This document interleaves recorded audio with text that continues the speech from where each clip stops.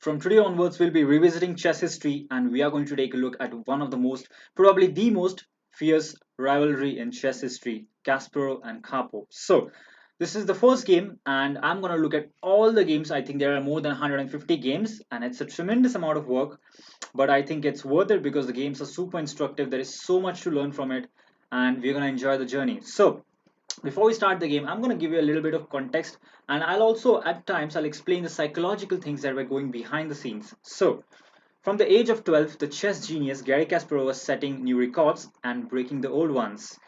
After becoming the youngest player to win the USSR Junior Championship, he went on to become the world junior champion at the age of 16.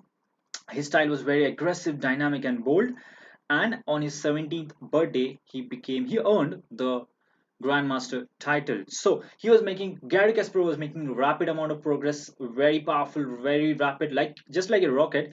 And in fact, to everyone's surprise, everyone knew that he was a future contender to the champion, but nobody knew he would make such a quick progress. In fact, he went on to defeat Beliavsky, Korchnoi and Smyslov in the candidates matches and earned the right to challenge the world champion for the championship title. So the championship was going to be held in Moscow 1984, and the format was very interesting. There were unlimited games to be played, and the winner would be decided by the first to win 6 games. So if any of the player wins 6 games, he would be the winner. Interesting thing is draws won't be counted, and this was a very interesting thing. In fact, now you would think that as draws are not counted, players will fight for more, and they did. But in fact, there was a record-breaking number of draws in this World Championship. So I'm going to refer to this particular games. I'm going to refer to one of the best sources that is Garry Kasparov's own books, Garry Kasparov on Modern Chess. That is a part two, and he has given excellent analysis and commentary. I'm going to follow it from there. So, what was the state of mind of Garry Kasparov? In his book, he writes that he was extremely nervous and he was uncertain because before this, he felt like he had played his opponents and he had defeated them rather easily. It was like a one round knockout, and now he was supposed to play a 15 round match against the heavyweight champion who was just whose resistance was at a completely different level. So he was very nervous at this point. So on 10th of September, Anatoly Karpov, who was white in this position, moved his pawn from e2 to e4, made his first move.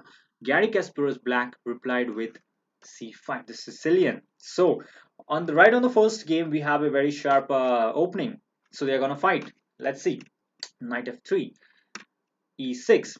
We play d4. Karpov plays d4. This is the open Sicilian. So black gets black gets the pawn majority in the center. He gets 2 pawns, which is a long-term advantage, a static advantage against white, who has a very active knight. And in fact, white's pieces will be very active. But if black can hold his own and stop white from getting initiative, he will be doing fine. In fact, that's the case in most of the Sicilians. Most of the endgames are preferable for black. So knight to f6, and this is a very interesting choice by Garry Kasparov. He invited the curious attack, knowing fully well that Anatoly Karpov was one of the best exponents of the curious attack, and it was an incredibly risky choice by him. In fact, in the games to come forward, he exclusively played knight to c6 in this position rather than knight f6.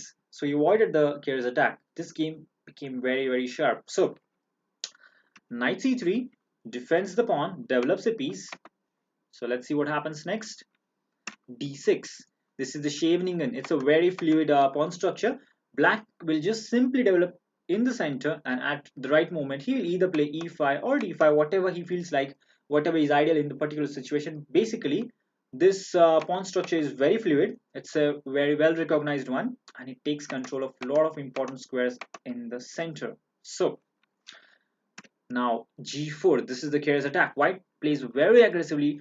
His plan is simply to go h4, rook g1, and continue with g5, and just kind of at the right moment push his pawn to g6, undermine the e6 pawn.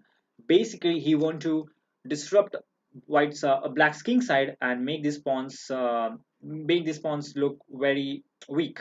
So now h6 was played. But generally this move stops this pawn from advancing, but at the same time it acts as a hook. Now we have a hook, and basically white's plan of playing h4 and g5 is even more better now because of this pawn, because the position will open up furthermore. Also you can see because of this move the g6 square has been slightly weakened, and if one of the white pawns reaches this square, it means that the e6 square will be undermined, and this is a very key square in the entire Sicilian variation. So h4 played as planned. He'd like to continue to rook g1 with rook g1 and g5. So Karpov played knight to c6, developing a piece, very normal. Rook to g1. Now we have h5. Now this is the first surprise by Kasparov, and Anatoly Karpov. Of course, he had studied this position, and in fact, he surprised Garry Kasparov by not pushing the pawn. Pushing the pawn is something normal. The knight would come to g4, and that would be an interesting game. But Anatoly Karpov surprised Garry Kasparov by capturing on h5. Now, there are two choices. Kasparov can capture the pawn with the knight or the rook. Both the options are there. Capturing with the rook is somewhat not very good because of bishop g5. There's an obvious threat of capturing the knight and then picking up the rook. So the rook has to move. Rook should go to h7. This is all given from the analysis in the Kasparov's book himself. The rook would like to protect the g7 pawn. So in case the bishop will move, this pawn will be already protected. So how should white continue? He can continue with queen d2, a6, long castles, bishop d7, f4, queen c7, knight f3, and after castles, queen e3. Now you can see white would like to play e5, and once that happens, basically the position will be very open, and you can see all the fight is going on right in the center, and this rook in the corner feels misplaced. He's in Siberia and is not going to participate in the attack or defense of this position. So that is why, going back, Garry in this position chose not to capture with the rook but rather with the knight. So knight takes pawn captured. Now we have bishop to g5. It is possible for Kasparov to play f6, but that is a very ugly move, especially against a player like Karpov, who is a positional genius. And if you play such moves, he's gonna come after you because that creates a lot of weaknesses. So Kasparov just puts back his knight to f6. That's a very normal move, not creating any weaknesses, not giving any targets to white. So now we have queen d2. It's very sensible move, just preparing to castle long because we'd like to protect our king, and then we can fully go for the attack with f4 and then rook g3, bishop g2, and moves like that. So we have queen b6. It's a double attack. The queen and the knight attacks the knight. The queen also attacks the pawn on b2. White has to defend it. So white puts his knight to b3, defending both the knight as well as the pawn, and the knight is well placed over there. So bishop d7. Now we finally castle. We have a6, just preventing any piece from going to the b5 square. Either the knight or the bishop can no longer use that square. And also at the same time, black is preparing for a future b5, b7, b5 after the queen moves, of course. So white now continues with rook g3, queen c7, getting out of the way of the b pawn. Also at the same time, he's just preparing to castle. So now we have bishop to g2. Finally, white has completed all of his development, and white will try to push here for an initiative here. So black plays bishop to e7, f4. So Karpov playing very aggressively, long castles, and with this move there is some weakness. So every move in chess has a weakness and a strength. With this particular move there is a weakness. Imagine our bishop on g5 suddenly going to b6 on this diagonal, and that will definitely be a very strong move, of course if the bishop is protected. So that is the weakness that has been caused here. The dark squares around the king are weakened and can be exploited. So Kasparov's move was queen f2, aligning the queen on the same diagonal, and he would very much like to play for f5, get his bishop back to e3, and then play bishop to b6 and win an exchange. So that's his plan. He would like to bring back the bishop and play bishop b6. So Karpov played uh, Kasparov played king to b8, just making some room for the queen to just retreat if necessary. Karpov went on to play f5. This is an incredibly powerful move. We are putting some pressure on the center, and this should not be captured. In fact, if he takes a pawn, we can simply take his knight, and after he captures, we are going to put our knight on the very powerful d5 square, and that will be a very dominating knight.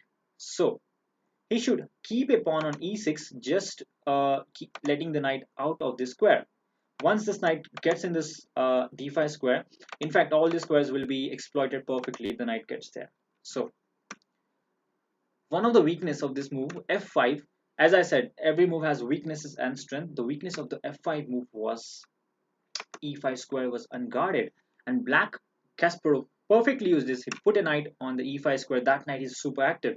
In fact, he's actually threatening to play either knight to g4 here or knight to c4 with the threat of rook c8 and sacrificing the knight on b2. That would be quite an interesting idea. Also, just probably knight c4 and b5 can be an idea. Several ideas are there. So let's see how white plays here. He needs to guard the g4 square here. So he plays bishop to h3 guarding the g4 square. At the same time, putting a lot of pressure over here on e6 square. Again, black should not capture our pawn, because then we'd take his knight and put our, pardon me for that, then we'd capture his knight and put our knight on d5. That's a very interesting and powerful square. That would be a good knight versus bad bishop position. So in this position, he played knight to c4. As he was unable to go to g4 square, he decided, well, I'll go here, and now there can be tactical threats. So knight to d2 played. This is a very common positional theme. Your opponent has a very powerful knight, right? One of the strongest black piece is this knight, and you would like to get rid of that. So your knight on b3 was not doing much here, whereas this knight was quite threatening. He could threaten things. So knight to d2, asking him to exchange the knight, was a very clever idea from Karpov.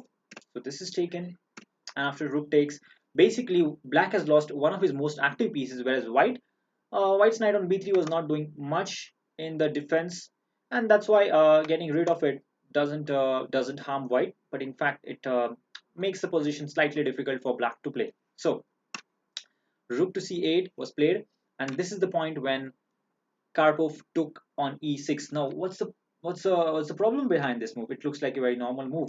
Well, there's a psychological thing behind it. In fact, Kasparov says something like a3, and just holding on the position would have been a very sensible idea, and white maintains the pressure. Why did Karpov release the pressure after with capturing the pawn on e6? What's the reason behind it? It has to do with the styles of the two players. Karpov loves simplified strategic position, and Kasparov, on the other hand, likes complicated dynamic ones. And this is just a type of a Kasparov position. Everything is kind of messy in the center, and there can be chances. There are chances of black creating some sort of an attack, and that is why Karpov just pulled out the break and played f takes e6, making the position simplified, which means that black's attacking chances and resources will be reduced, and he won't get a successful attack. This is in fact a very stylistic approach to the position. So bishop takes, allowing more exchanges. So bishop takes, pawn takes. Finally, we get to this position. In fact, white has lost most of his initiative. Black is more or less okay in this position because the pawns are not too weak and they can be protected. At the same time, white doesn't have a whole lot of an advantage here. So now queen to g1. Karpov was running out of time and just probably to mark time played queen to g1. Kasparov in his book calls this as a mysterious move. He did not really understand this move, but anyway, as it was time trouble, he went on to play queen f5. Now there are some serious threats happening over here. What should we do? As we know, in the Sicilian, it's very common to sacrifice the exchange, and in fact, once he captures on c3, there can be ideas with knight e4 or just bringing the other rook in, very similar to the knight off or the dragon. Sacrificing the exchange on c3 is a very common theme. So now white continues with queen to d4, putting more and more support on this point. So the rook defends it, the pawn defends it, and the queen defends it. That's excellent from Karpov. It's very typical Karpovian move. He'd like to protect his pieces, and he doesn't like to create weaknesses. So Kasparov offered the exchange of queens. Karpov said, no, I don't want to exchange the queens. In fact, there was no reason to reject the exchange of queens. He should have went for it, but it's about to do with the initiative. Sometimes you play for a long time, you have a lot of advantage, or you have the initiative, and when you lose the initiative, you just you just have to you just go by inertia. You feel like you still have the initiative. In fact, Kasparov is completely equalized in this position, and Karpov doesn't have any kind of initiative, but just by inertia, he thinks that he has something to go for and he should just avoid queen exchanges. So, queen c4. Kasparov insists, let's exchange queens. Anatoly Karpov said, no, I don't want to exchange queens. I would like to keep the queens on the board, probably just to exploit your slightly weak pawn and the squares if I can. So, Kasparov played king to a8. Now this is a prophylactic move, kind of unnecessary. In fact, he would have it would have been okay if he would have played queen to c5. That would have been completely okay move, just offering him the exchange of queens. But anyway, king a8, a very understandable move from black. Now a3, we have queen c6, e5. Finally, white decides to break in, and after the capture, we have a very clear-cut weakness on e6. But is it enough to win the game? In fact, it's said that to win a game, you need at least two weaknesses in your opponent's position. One single weakness, that's the e6 pawn, is not enough to win the game. In fact, black can very easily defend this. So let's go forward. Now we have rook d8, rook to d3. White would like to exchange. Takes, takes. There is a queen check. How would you defend this? Karpov played knight to d1. Knights are excellent defenders, and after queen to g2, we have to be careful. There is a checkmate in one thread because of this piece coordinating over here. So white was careful. Karpov played rook d2. The queen moved, and after queen rook to e2, there was bishop to d6. Now this is a cunning trap. What would you do here? Would you move your queen, or would you take the pawn? In the game, Karpov, of course, moved his queen back to c3. Capturing the pawn was in fact a mistake because of the tactical move, rook to e8. The queen will move and we will pick up the rook. That would be a sad end to the game. Hopefully, it did not happen. So, of course, after bishop to d6, Karpov went back with queen c3, offering again the exchange of queens. Now the tables have turned. In fact, it's Karpov who is saying let's exchange queens because maybe in that case, your pawn becomes more vulnerable and maybe I get a chance to exploit it. This time, Kasparov said, no, I'd like to prefer to keep the queens on because I have a weakness and having the queens on maybe is better because I can protect it. And after this move, basically, both of them thought for a while and decided to agree for a draw. This was a very first game.